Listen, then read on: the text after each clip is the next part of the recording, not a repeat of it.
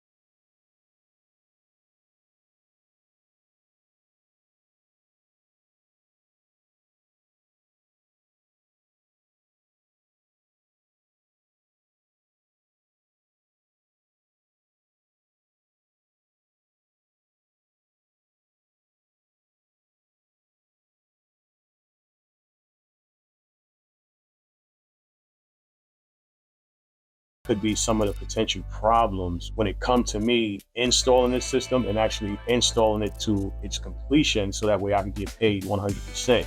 So I got to start thinking of those things, and you got to start thinking of what problems could be that you may face. So you have to add that into your source of sort notice, so that way you're giving them a heads up of what these potential problems are and what your solutions could be on top of these problems. So when they put out the actual solicitation, they potentially will add that information in there, which means that it's potentially be swayed to your way. So it's very, very important to respond to any source of sort notice that that come across your desk. This is a very good way to, for them to see your name, to visit your website, then they start getting acclimated with you, then they start seeing you more, then you start building a relationship with these procurement officers or contracting officers. Then this is just more information of how they want the system operated. This is all minimum specs that these systems actually offer, like AutoCAD drawings that they can put into their system, so they could know what door and what floor exactly from the design of the floor plan where these issues are at. So if someone going to a door that they don't belong in, they'll know exactly where it's at from the design plan. And also the description, because it'll tell you third floor, IT room door, but it'll show you physically on the computer screen. Let you know who's the contracting officer. This is just giving you a lot more information about who this government agency is, what they want from the contractor, and how you could submit your information. Right? So this is all the information that they are asking for. So my response is here, and this is a templated sources sort proposal that I just keep on my hard drive, and all I do is just, tailor it to the government agency, change the name and some of the information inside that I extract from the sources sort notice, and then plug it in here and then send it off. I'll leave a link in the description so you can also get a copy of this template, and I'll also leave other templated descriptions from other different businesses, so that way you can get an idea of how you could put yours together. And I'll keep this in a Word document, so that way you make changes and things like that. So this is like my cover page for the source and sort notice, the address of the business, logo, what the response is, what my response is, who's it going to, the person like me giving it out, date, things like that. I put this little footer on it, let them know backed by this manufacturer. This is the fire alarm equipment that we sell. This is like the second page of the cover page. I noticed a lot when we were sending out proposals when I first started. It felt like practice. I just felt that they was using my pricing to gather up information from the industry. So, because I wasn't winning any project, not any jobs, I was just sending out proposals for like years and years, and nothing happened. So here's where we start putting in the information. Who's it addressed to, date, the government agency, what is this letter in regards to? You address the person, let them know what this is. Please submit this source of sort notice. Explain what your company is. We're a small disadvantaged business, certified by the Small Business Administration. Here's where I put all of my information for the company. So the company name, what type of business it is. We're S Corp. Status, we're MBE, small business. The tax ID, the DUNS number, and the unique identifier, cage code, NAICS code. Okay, so now your NAICS code is your job classification.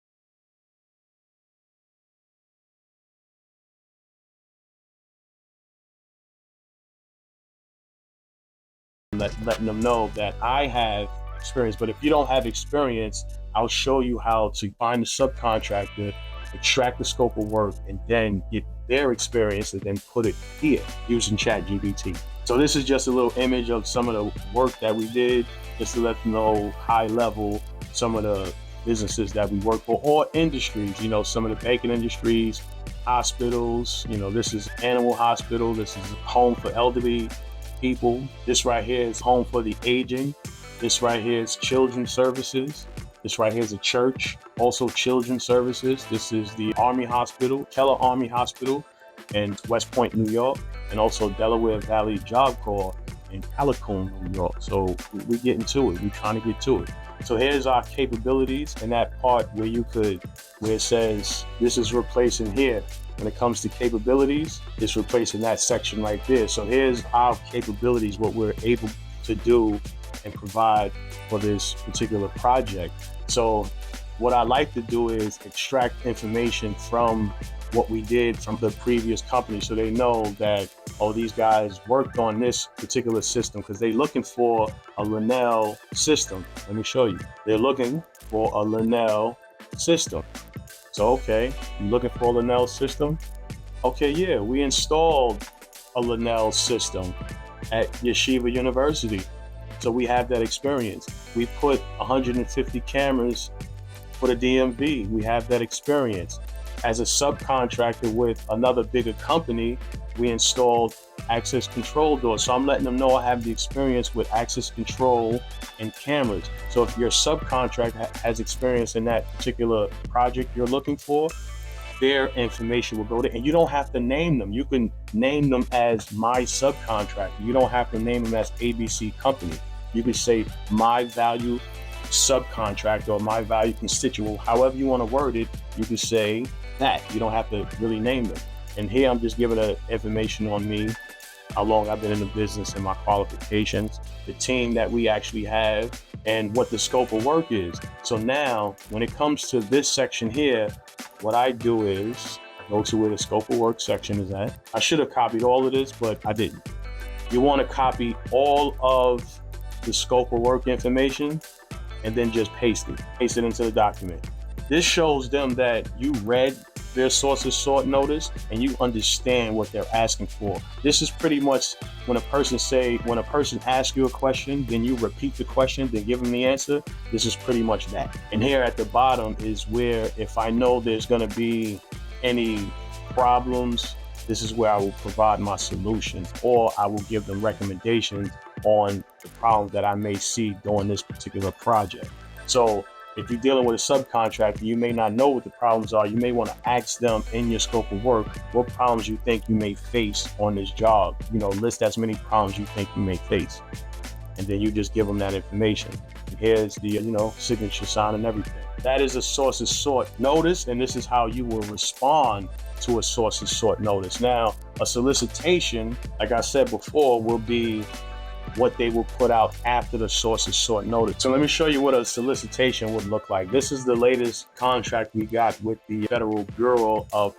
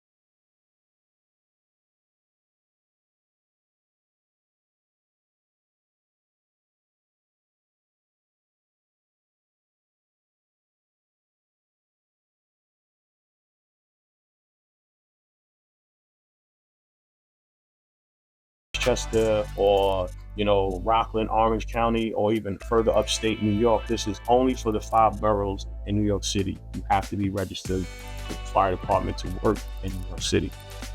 There's some past performances. So like I said, if it's fire alarm, I'm gonna put fire alarm past performance. If it's cameras, I'm gonna put camera past performance. If it's access control, I'm gonna put access control past performance. If you don't have it, you gotta put your subcontractor past performance there.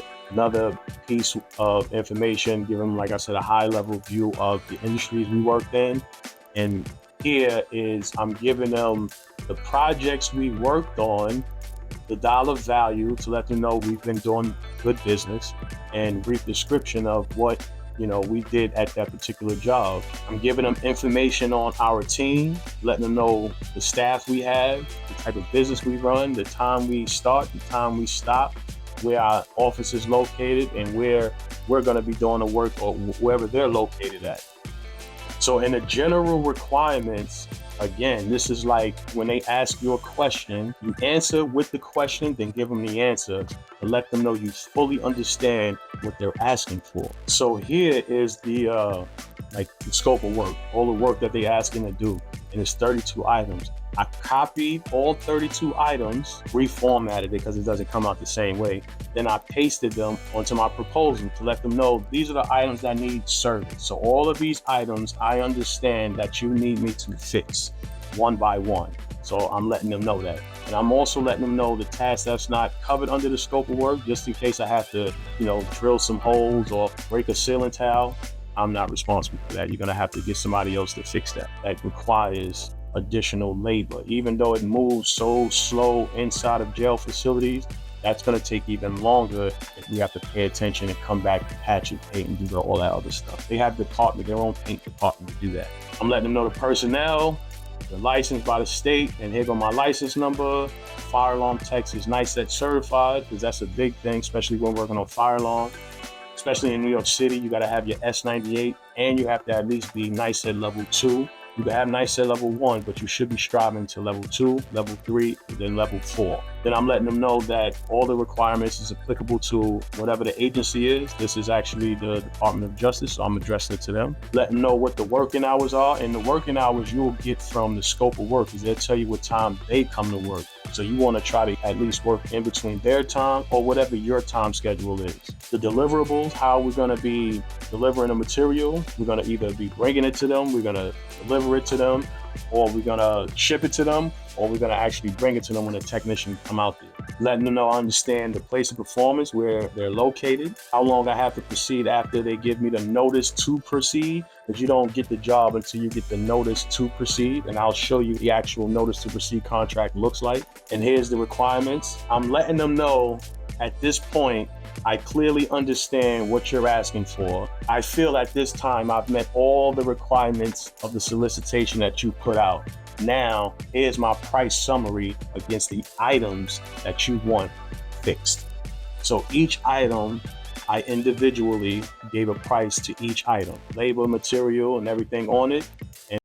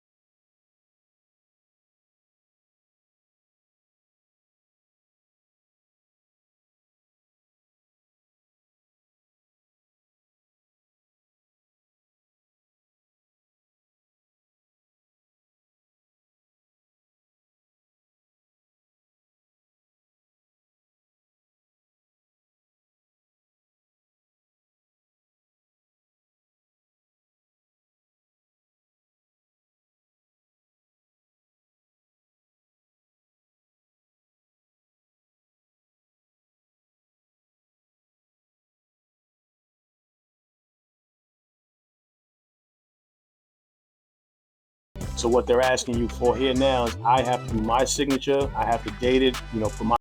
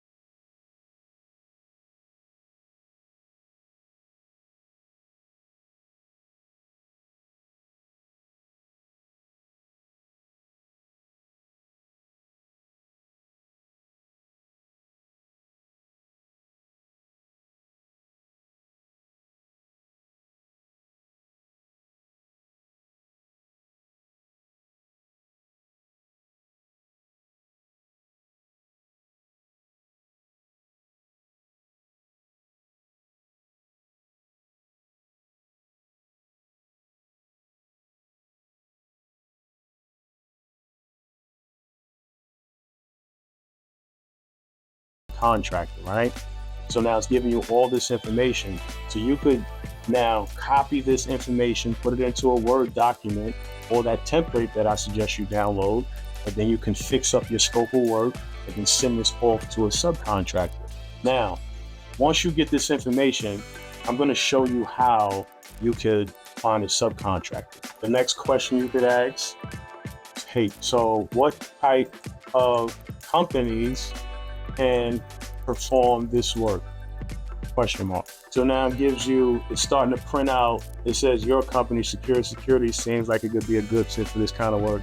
I mean, chat knows, chat a lot, so. But anyway, this will give you a high level view of the type of companies that could work for this particular solicitation. So now after that, you want chat to give you some keywords based on the type of companies that it gave you. And you want it in a Boolean language. This is like the string language that, Google could understand, type of programming language. Now, this is on a basic level. So I'm just gonna type it in, and all you gotta do is copy exactly what I'm typing in, write it down. So every time you get to this point, you'll always have the information you need to plug into ChatGPT. So this is what you're gonna say. Create me a Boolean string with all the relevant keywords. Now, I want you not to think too much in this. Just let ChatGPT do its thing. All you're gonna do is copy what it spit out and then paste it into Google. So once you click copy or press enter, let it do what it do. You wanna copy this code.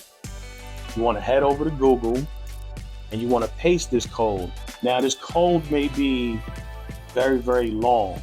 So you will wanna scroll through the code and then just filter out a lot of the stuff that you don't need. Or the best thing you could do is open up a Word document or a notepad, paste the string in there, and then what you want to do is just edit some of this. You don't need all of this. Just shorten it up. Google's going to give you too much information. So you just want a few keywords, 5 or 6 keywords, 10 the most, and then that's enough. Another keyword that's not on here that I want to mention is when you do government contracting, you don't have to do it just in your physical area. You could do government contracting around the world. So this particular scope of work is in Hawaii. So what I would do if I was looking for a contractor in this particular area, I will add the area that this particular solicitation is in. So if it's in, California, if it's in Hawaii, if it's in Australia, wherever it's at, I will put that main address there. So that way when Google spits it out, I can find vendors directly in that area.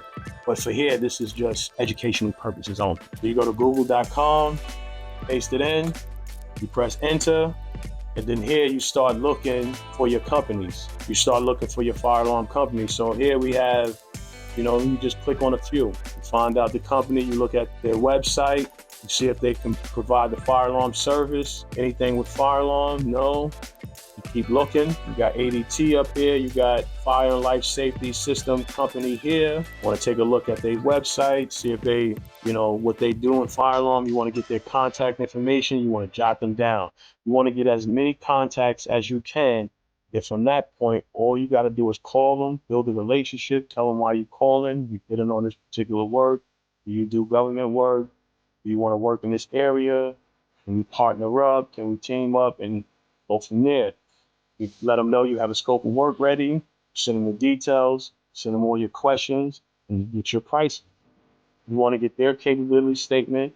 You want to get their work history. You want to get all the information that the government is going to be asking for, so that way you can plug their information into your proposal or your source of short notice. One thing I've noticed, when you're serious about something, you'll find ways to get the information you need. So one of the things I found was this book here by Joshua Frank, The Winner's Insider's Guide to Government Contracting. I didn't even finish reading this book before I started implementing some of the strategies inside of here. Now, I'm not affiliate. I don't get no money from promoting this, but this book right here will help you if you're trying to win government contracts. It gives you the plate for everything. The LMNOP, the breakdown is so easy for you to understand. Get this book. I'll leave a link in the description for you to get this book. So if you have any questions about government contracting, finding subcontractors, or if you need any additional help on writing clear proposals, I suggest you watch this video here.